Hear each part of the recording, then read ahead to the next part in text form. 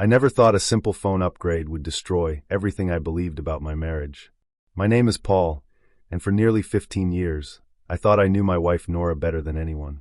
We lived in a modest apartment in Philadelphia with our 2 kids, worked hard to maintain our middle-class lifestyle, and from the outside, everything looked perfect. That spring, though, something started shifting, and I couldn't quite put my finger on it. It wasn't the usual signs people talk about. Nora didn't suddenly start wearing new perfume or coming home late with elaborate excuses. She was just distant. Conversations became shorter. Her eyes would drift when I spoke. When I'd ask about her day, she'd give one-word answers. When I suggested watching our favorite show together, she'd claim she was too tired. The little moments of connection we'd always shared, the inside jokes, the casual touches, the comfortable silences, all of it seemed to evaporate like morning fog. But I convinced myself it was stress from work, maybe exhaustion from juggling everything. After all, we both worked full-time, managed 2 active kids, dealt with bills and household responsibilities. Maybe she just needed space. Maybe I was overthinking things. Then came the phone incident. Nora had been complaining about her old phone for weeks. The battery died quickly, apps crashed constantly, the screen had a crack she kept catching her finger on. So one Saturday in April, I surprised her with a new one. I'd saved up a little extra from my bonus at work, wanted to do something nice for her. Maybe it would help bridge whatever gap had formed between us. I spent the afternoon helping her transfer everything over, sitting at our kitchen table while the kids watched cartoons in the living room. The spring sunlight streamed through our windows, and for a moment, things felt almost normal. Almost like they used to be. "You didn't have to do this," she said, but her smile seemed forced, not reaching her eyes the way it used to. "Of course I did. Happy early birthday," I replied, kissing her forehead. Her body tensed slightly at my touch, just for a second, but I noticed. What I didn't mention was that I'd also gotten her a new phone number with a better plan. The carrier had a promotion, and it made financial sense. We'd save about $40 a month, which mattered on our budget. I figured she could notify everyone about the change gradually, send out a mass text, update her social media profiles. It seemed like a practical solution. I had no idea what I'd just done. 3 days later, everything fell apart. I came home from work earlier than usual. My manager Larry had sent everyone home early due to a power outage at the office. The building's backup generator had failed, and they couldn't get the systems running. It was only 3 in the afternoon, and I figured I'd surprise Nora. Maybe we could take the kids to the park together, enjoy the unseasonably warm spring weather. The apartment was quiet when I walked in. Too quiet. Nora's car was in the parking lot, so I knew she was home. I walked in expecting to find her reading or maybe taking a nap. She'd been complaining about headaches lately. Instead, I found her on our couch, crying into her hands, her old phone clutched in her palm like a lifeline. "What's wrong?" I rushed over, genuinely concerned. My first thought was that something had happened to someone in her family. Her mom had been having health issues lately. She looked up at me with red, swollen eyes, mascara streaked down her cheeks. "Nothing. I'm fine." "You're clearly not fine. What happened? Is everyone okay?" "I said I'm fine," she snapped, wiping at her face roughly. But she wasn't fine. Over the next hour, she checked that old phone obsessively, even though it wasn't connected to service anymore. She'd glance at the screen, her face would crumble, then she'd quickly lock it, her hands trembling. She kept it pressed against her chest like it contained something precious, something she couldn't bear to lose. "Nora, what's going on? You're scaring me." "I said I'm fine," she snapped again, which was unusual. Nora never raised her voice. In 15 years of marriage, I could count on one hand the times she'd truly yelled at me. I backed off, gave her space, but the unease in my gut only grew stronger. That night, I couldn't sleep. Something was very wrong, and it gnawed at me like a persistent itch I couldn't scratch.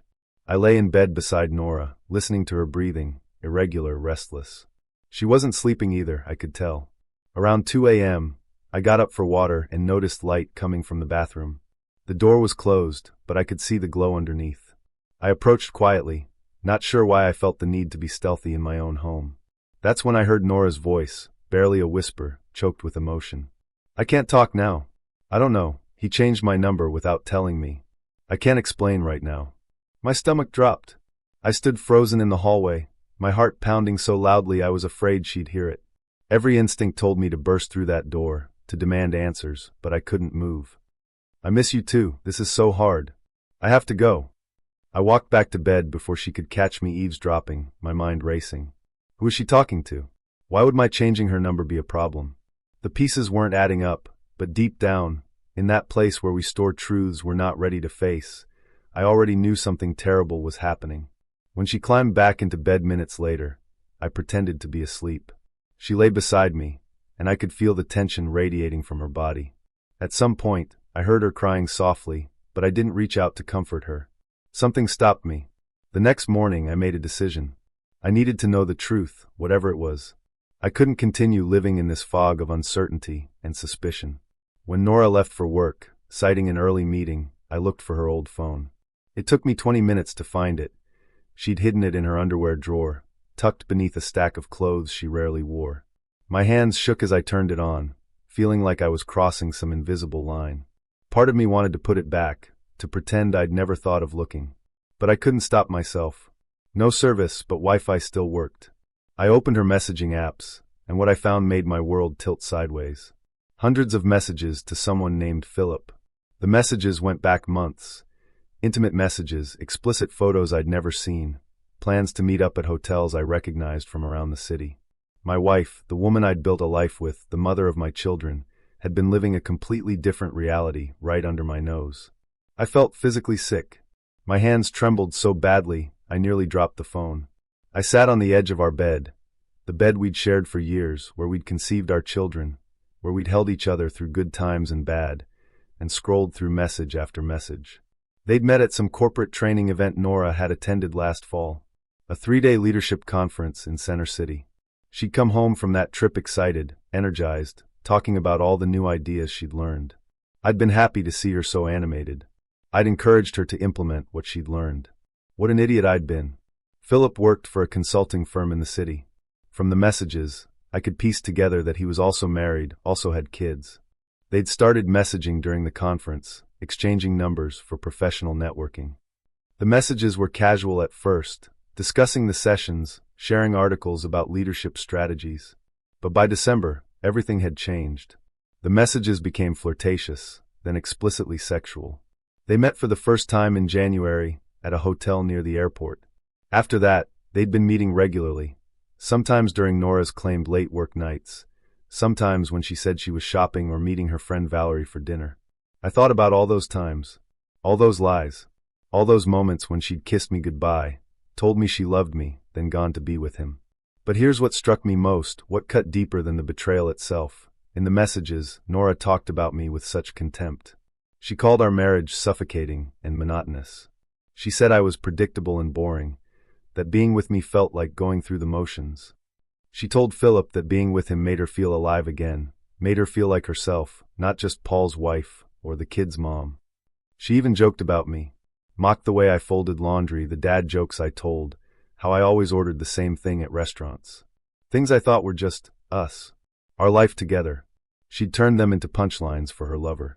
I wanted to confront her immediately, to throw the phone in her face and demand answers. But something stopped me. I realized that if I acted impulsively, I might lose everything, my kids, my home, maybe even my sanity. I needed a plan. I spent the next 2 days gathering evidence. I took photos of every message, every photo, every damning piece of proof. I organized it all in a secure folder on my laptop. Then I called my buddy Larry, who'd gone through a divorce 3 years ago. Get a lawyer before you do anything, he advised. Document everything. Don't let her know you know until you're ready. I met with an attorney named Valerie Morrison the following week. She was sharp, efficient, and didn't sugarcoat things. Pennsylvania is a no-fault divorce state, but infidelity can still impact custody and asset division, she explained. With this evidence, you're in a strong position. We strategized. Valerie filed preliminary paperwork, but held off on serving Nora. Meanwhile, I acted normal at home, which was the hardest performance of my life. I smiled at breakfast, helped the kids with homework, even kissed Nora goodnight, all while knowing she was planning her next rendezvous with Phillip. But I wasn't done gathering information. I needed to know more about Phillip, about what I was really dealing with. One evening, I pretended to work late and instead parked outside the hotel where Nora's messages indicated they often met. Sure enough, around 7 p.m., I saw her car pull up. 10 minutes later, a man approached, tall, well-dressed, probably mid-40s. They embraced before heading inside. One evening, I pretended to work late, told Nora I had a big project deadline. Instead, I parked outside the hotel where Nora's messages indicated they often met.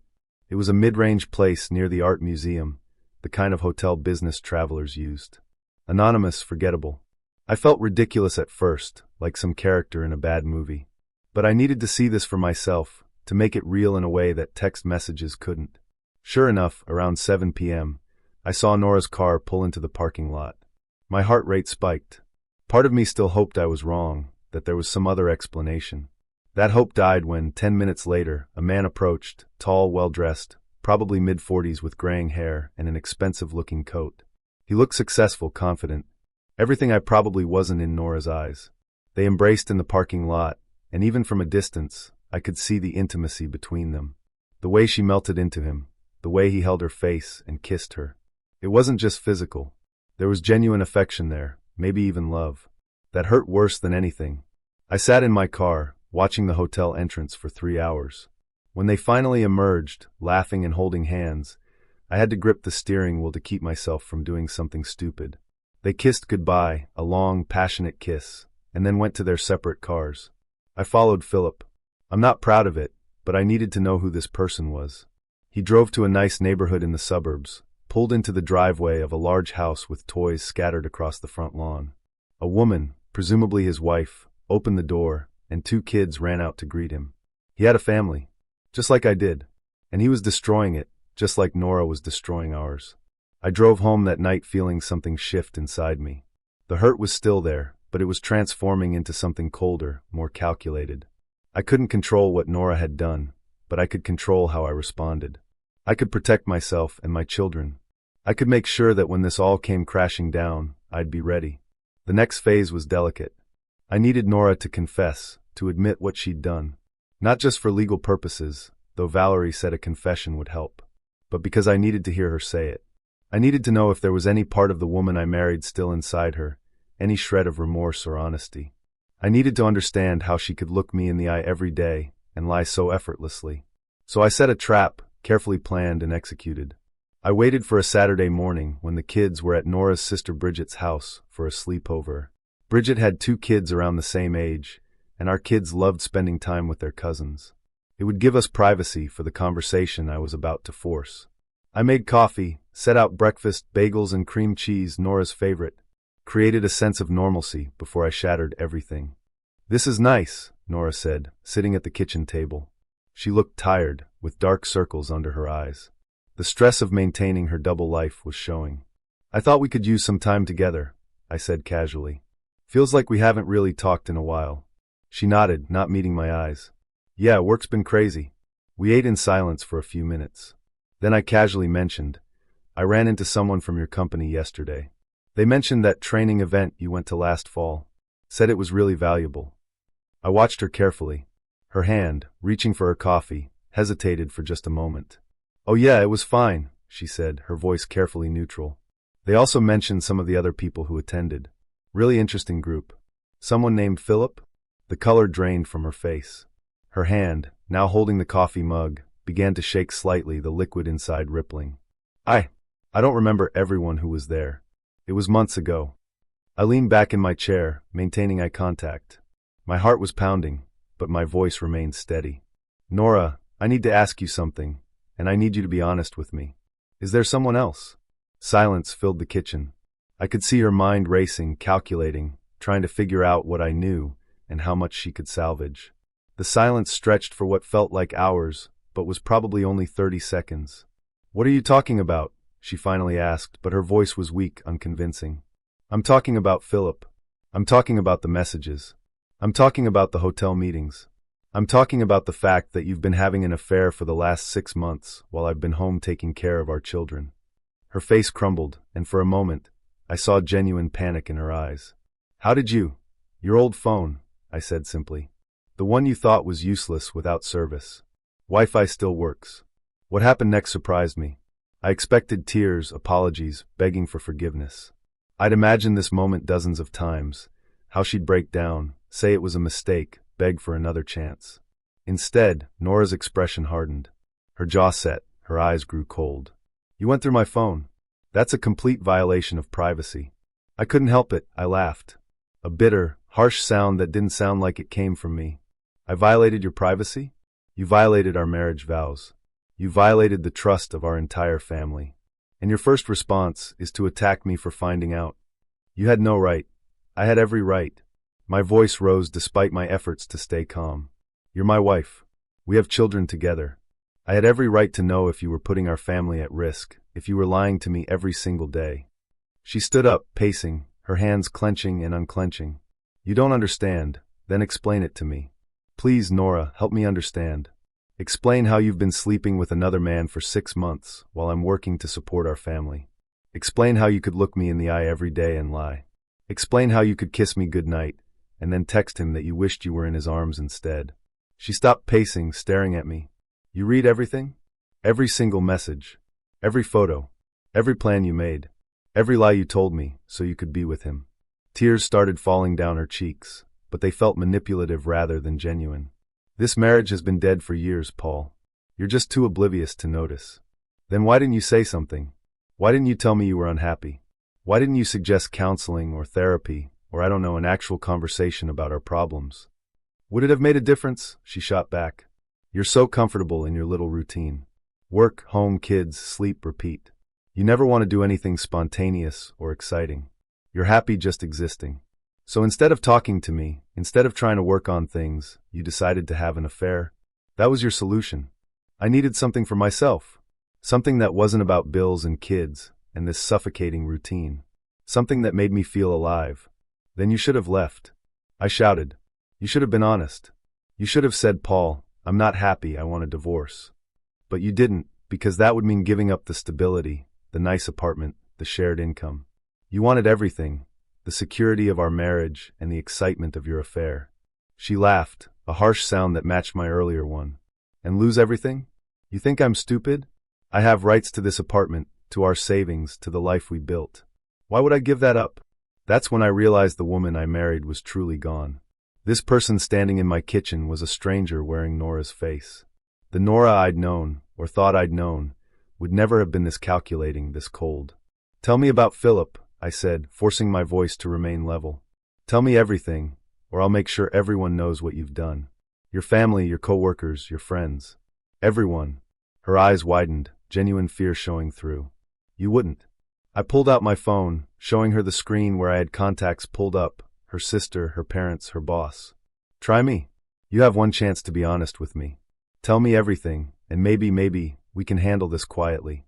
Lie to me again, and I'll burn your reputation to the ground. What she didn't know was that I'd already prepared for this moment. Valerie had advised me to get a confession on record if possible. I had my phone in my pocket, recording everything. Every word, every admission. Nora sat back down, her shoulders sagging, defeated. And then she told me everything. She'd met Phillip at the leadership training conference in November. He'd been leading one of the sessions on team dynamics. Afterward, they'd ended up at the hotel bar with some other attendees. Most people had left by 9 p.m., but she and Phillip had stayed, talking until midnight. He was charming, she said quietly. Attentive. He actually listened to me, asked about my thoughts and opinions. He made me feel seen. Like I mattered as a person, not just as a wife and mother. And I didn't make you feel that way? She was quiet for a moment. Not anymore. I don't know when it changed, Paul. But somewhere along the way, I stopped being Nora to you. I became just the person who made dinner and did laundry and managed the kids' schedules. That's not fair, I said, but even as I said it, I wondered if there was some truth to it. Had I taken her for granted? Had I stopped seeing her as an individual person? But no. I pushed that thought away. Whatever problems we had, they didn't justify this. They didn't excuse 6 months of lies and betrayal. She continued her confession. After the conference, Phillip had reached out via LinkedIn, then they'd moved to text messaging. It was innocent at first. Just professional stuff, articles and ideas. But then it became more personal. We started talking about our lives, our frustrations, our dreams. When did it become physical? January, she whispered. We met for coffee, supposedly to discuss a potential consulting project. But we both knew it wasn't really about that. We went to a hotel afterward. And you didn't stop. Even after that first time, you kept going back. I couldn't stop, she said, and for the first time, her voice broke with what seemed like genuine emotion. I know how that sounds, but it's true. Being with him made me feel like myself again. Not Paul's wife. Not the kid's mom. Just me. Do you love him? I asked, the question I'd been dreading. She hesitated, wiping her eyes. I don't know. Maybe. He makes me feel things I haven't felt in years. But it's not just about love. It's about feeling alive, feeling desired, feeling like I matter. And us? Our family? Do we matter? Of course you matter, she said, but it sounded hollow. I thought I could have both. I thought I could keep everything separate, compartmentalized. The affair would fill what was missing, and our family would stay intact. Until I changed your phone number. She nodded miserably. He couldn't reach me. He thought I was ghosting him, that I'd decided to end things. I panicked. I didn't know what to do. So you mourned the loss of your affair instead of focusing on fixing your marriage. She didn't answer, which was answer enough. I stood up, feeling strangely calm despite everything. The anger had burned itself out, leaving behind a cold clarity. I want a divorce. Paul, wait. No. We're done. You made your choice 6 months ago, when you decided to start this affair. Now I'm making mine. I'm choosing to protect myself and our children from any more of your lies. What about the kids? She asked, panic rising in her voice. What are you going to tell them? The truth. Age appropriately, but the truth. They deserve honesty, something you apparently aren't capable of giving. You can't turn them against me. I don't need to turn them against you, I said coldly. Your actions will speak for themselves. But I will make sure they know that none of this is their fault, that they're loved, and that they'll always have stability with me. Over the next few weeks, the divorce proceedings began in earnest. I moved into the guest room while we figured out living arrangements. The tension in the apartment was unbearable. We barely spoke except about logistics and the kids.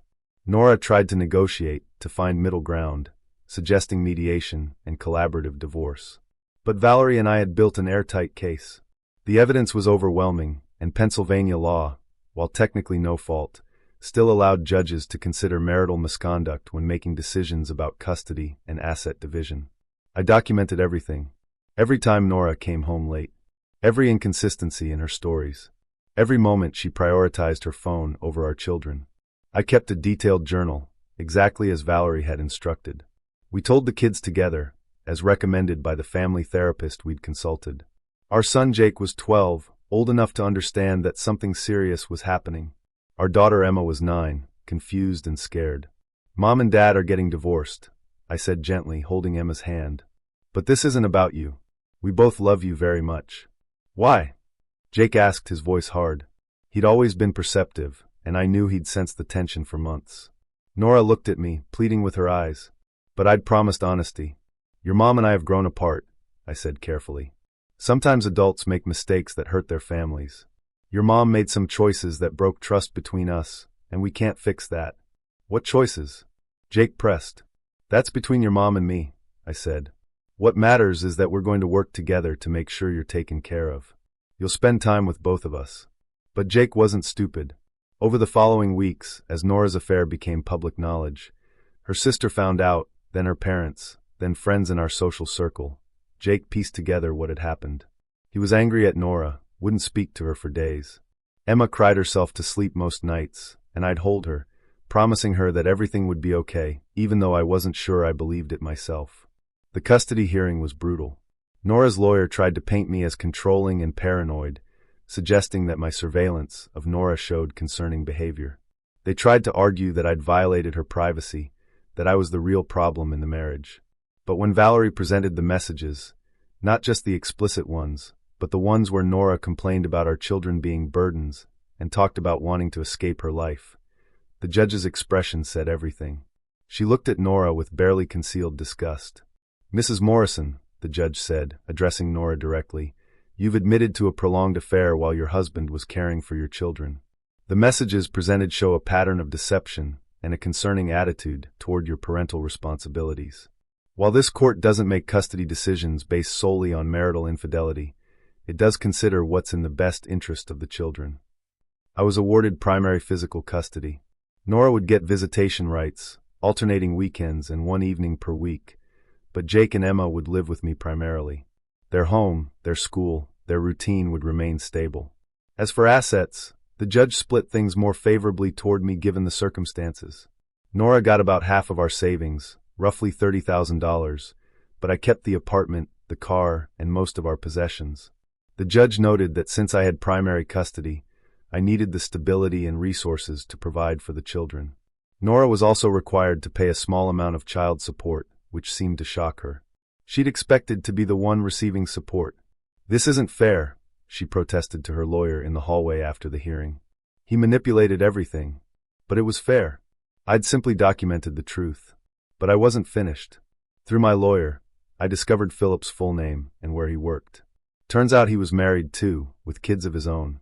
His wife had no idea about the affair. I debated whether to tell her. Part of me wanted to stay out of it, to just move forward with my life. But another part of me knew she deserved the truth, just like I had. I sent her an anonymous email with copies of some of the messages, enough to prove what had happened, but not so much as to be gratuitously cruel.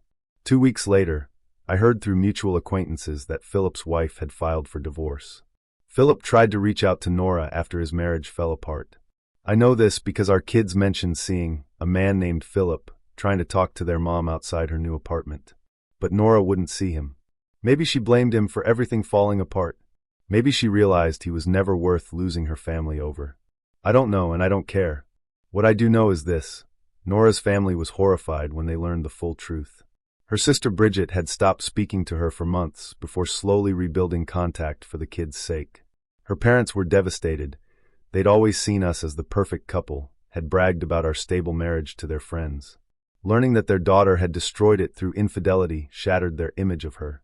Nora tried to rebuild her reputation, but in a city like Philadelphia, especially in our circles, word travels fast.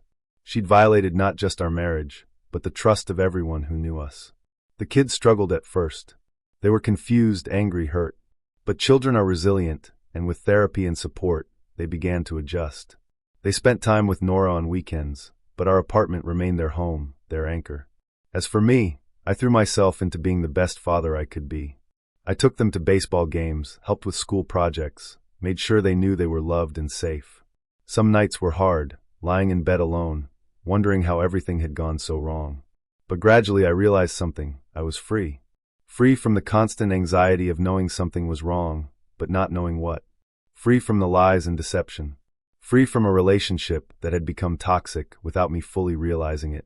Nora faded into the background of our lives, present for the kids, but no longer central to my story. Sometimes I think about that spring day when I bought her a new phone, innocently changing her number without realizing what it would reveal. It's strange how small decisions can have such enormous consequences. But I'm grateful for it now. Grateful that the truth came out when it did. Grateful that I found the strength to walk away. Grateful that my children will grow up seeing that sometimes the hardest choices are the right ones. My life is my own now, filled with my kids' laughter, honest connections, and the peace that comes from knowing everyone in my life chooses to be there, without lies or hidden agendas. That's worth more than any apology could ever give me. Thank you for watching the video to the end. YouTube may no longer suggest my channel to you, so subscribe to it to receive new interesting stories. You will also help the channel grow and improve the quality of its content. A playlist with other interesting stories that you can listen to is now displayed on the screen. You can also write in the comments what stories you would like to see on the channel.